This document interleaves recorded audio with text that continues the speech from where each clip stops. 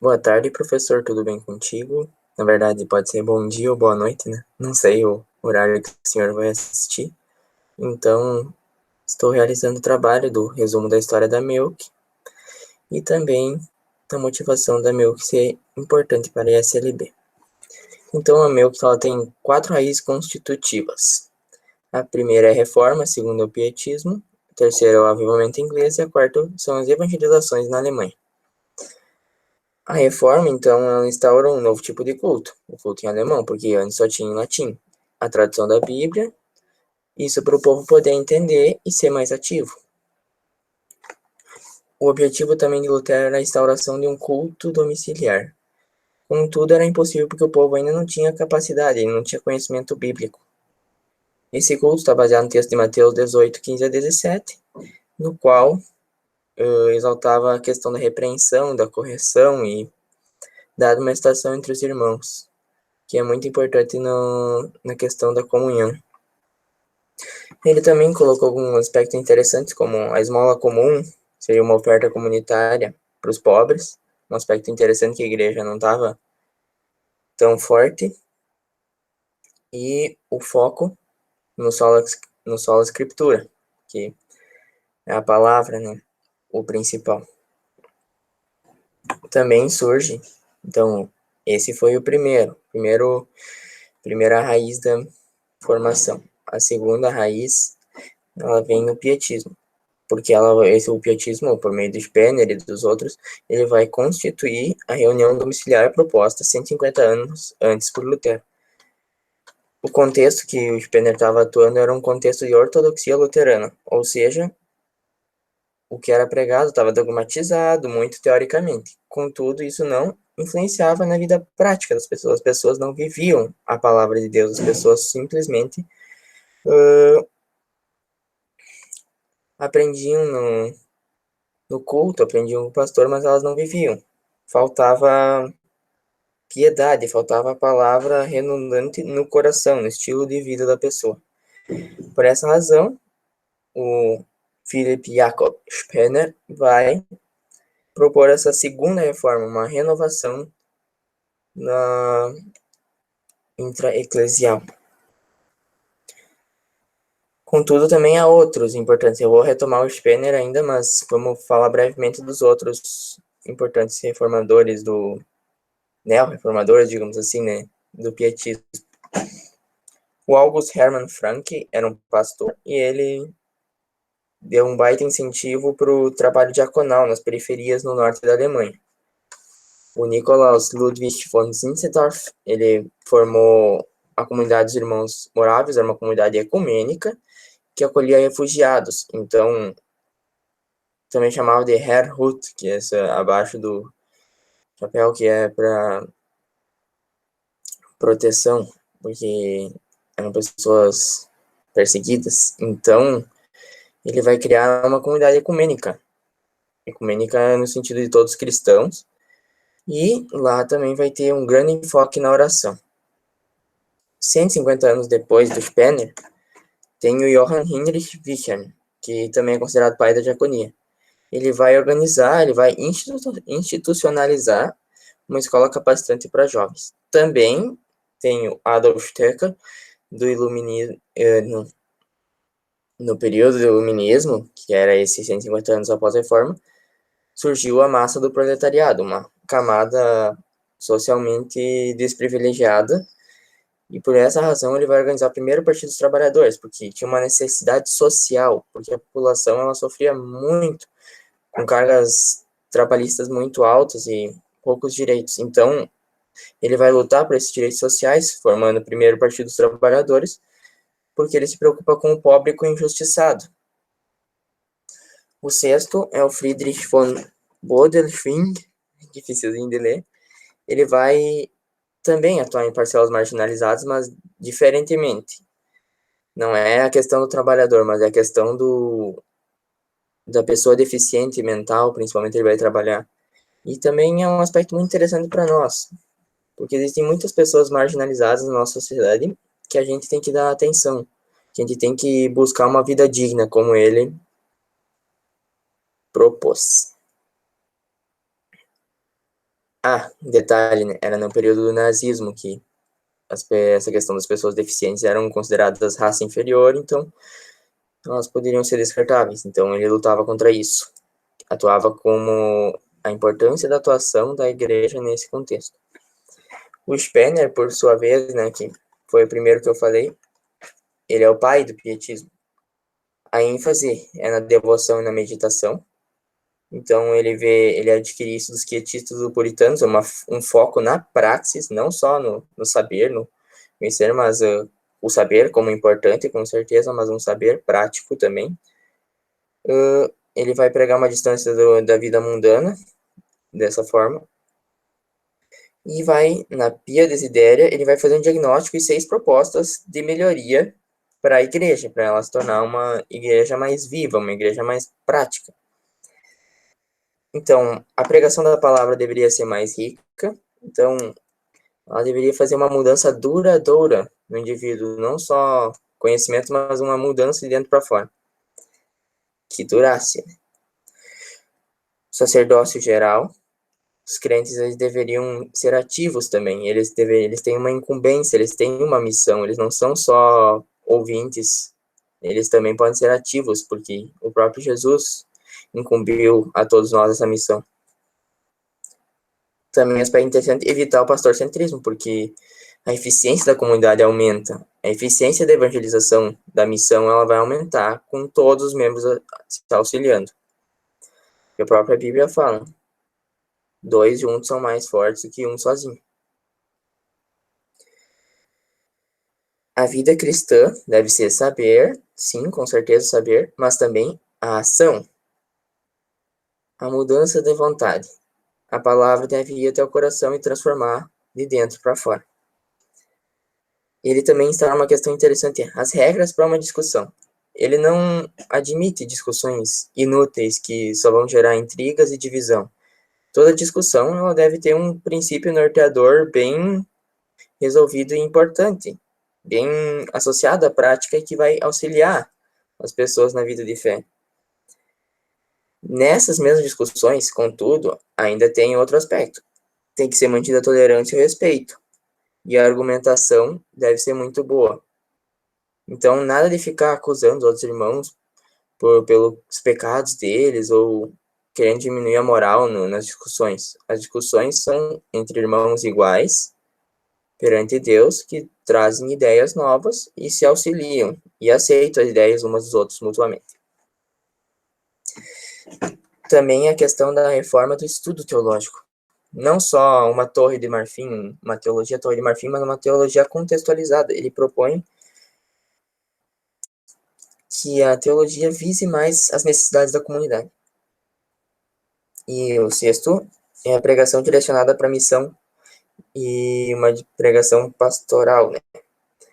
Falar para a realidade, contextualização, basicamente isso, porque tem que conhecer o contexto para falar para a realidade dessas pessoas de uma forma contextualizada para que elas entendam e dessa forma a palavra transforme a vida delas.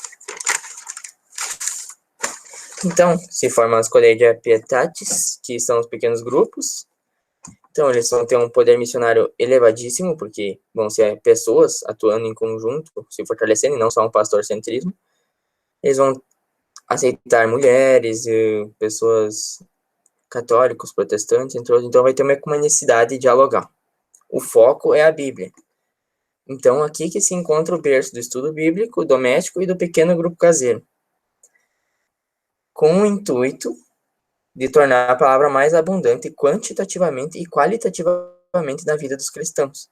Então, esses métodos eles também vão contra a leitura só individual, que pode gerar heresias. Ele também vai propor a leitura da Bíblia pelo pai de família, dentro da própria família mesmo.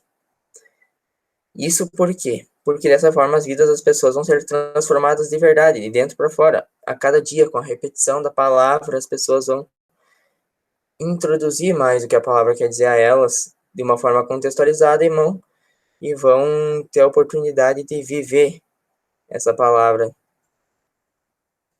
A terceira raiz da Milk é o grande avivamento inglês do século XIX, principalmente com Charles Finney. Nessas conferências de Oxford, haviam pregações evangelísticas para milhares de pessoas. Em 1864, nessa conferência, por exemplo, foram 8.000 pessoas. O objetivo era a santificação.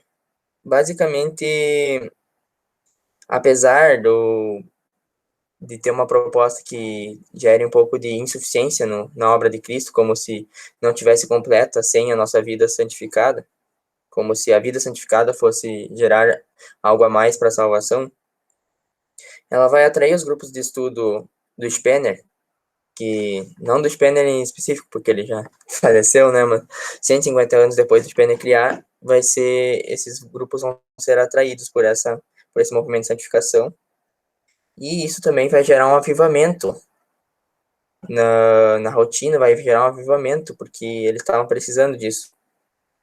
A quarta raiz são as evangelizações na Alemanha, que vão gerar mais ou menos a mesma situação, um avivamento neles. Porque o período era da Revolução Industrial, como citado anteriormente, e Iluminismo.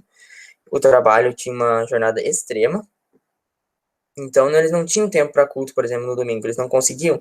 Então essa população começou a se secularizar. Eles não tinham condições de ir para o culto, eles começaram a ter. Não preenche a mente com o evangelho, com Bíblia, vão começar a encher com questões da carne. Então, como é que eles iam impactar essas pessoas que eram da igreja e estavam se secularizando? Então, Elias Schrenk e o pastor Theodor Christlib, eles vão evangelizar além das quatro paredes da igreja, eles vão trazer essa proposta. E nessa proposta vai surgir a figura do missionário, que ele vai atender essa demanda dessa parcela secularizada. Então, ele é uma necessidade intra-eclesiástica de atuação fora da igreja. É bem interessante, mas é uma necessidade intra-eclesiástica, porque são pessoas que já eram da igreja. Por isso que é intra-eclesiástica, para trazer elas de volta. Também vai surgir a figura do evangelista. Então, esses pequenos grupos vão ser atraídos por isso, vão ser avivados e vão ter um chamado mais forte para comunhão. Em maio, essa questão é importante, em maio de 1888 vai se criar a estrutura para abrigar esses grupos de estudo bíblico que estavam desarticulados na Alemanha.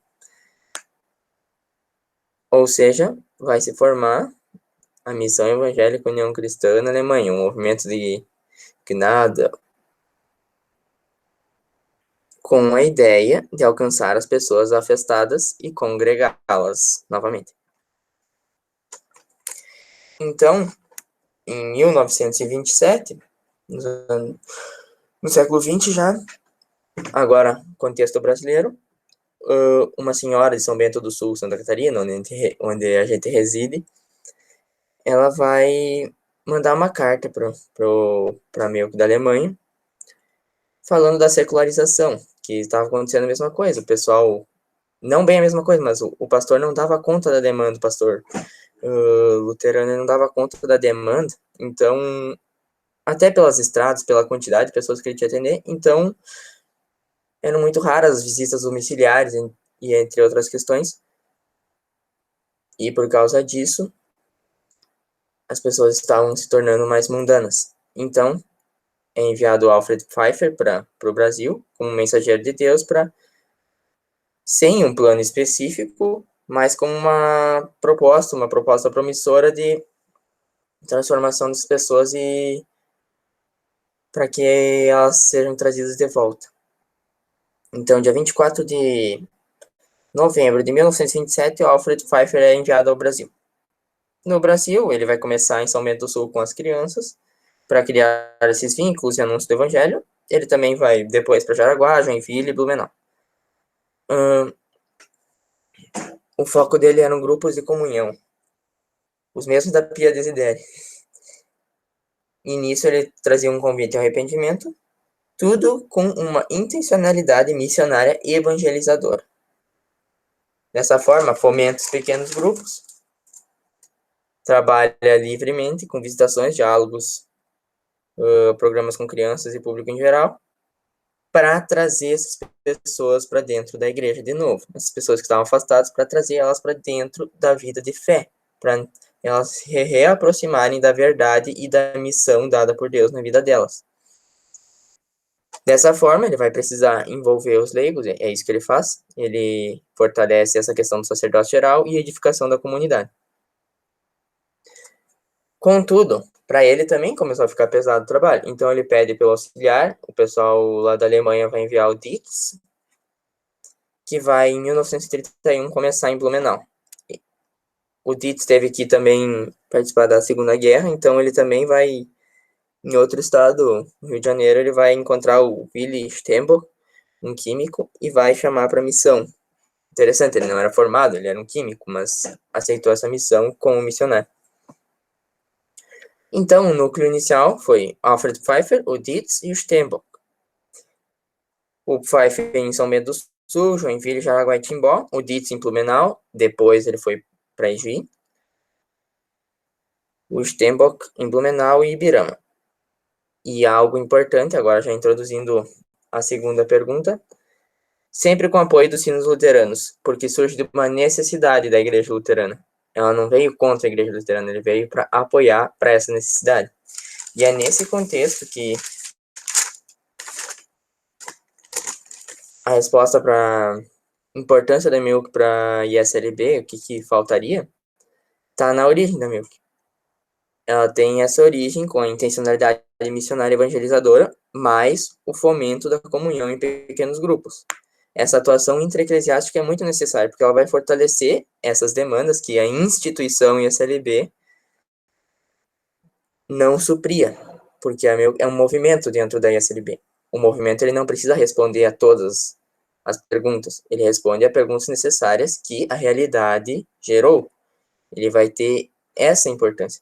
E apesar da missão ela ter se institucionalizado muito,